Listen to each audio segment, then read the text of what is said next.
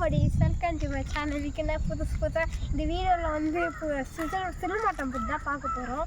அதுக்கு முன்னாடி பாருங்கள், இங்கே பாருங்களேன், மழை வந்து எங்கள் ஏரியாலெல்லாம் கிளையெல்லாம் உடஞ்சி இங்கே வேலை செய்கிற ஆன்ட்டி பாவம் எப்படி இதை க்ளீன் பண்ண போகிறாங்களோ.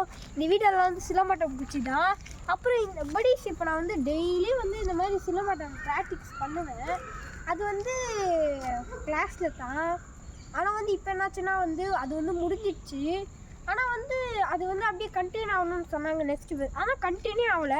எங்கள் அம்மாவுக்கு வந்து ஒரு ஐடியா வந்துச்சு. என்னென்னா பார்த்திங்கன்னா வந்து அப்படியே யோசிச்சுட்டு நாம் ஏன் வீட்டில் பண்ணக்கூடாதுன்னு சொல்லிட்டு குச்சி வாங்கி வீட்டில் பண்ண சொல்லிட்டாங்க.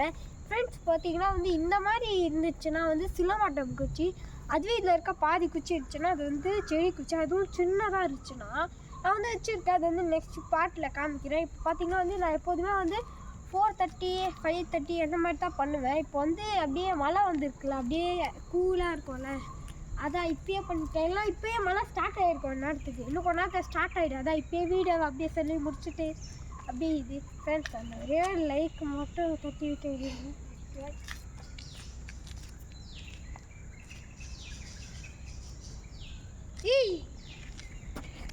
Friends bye friends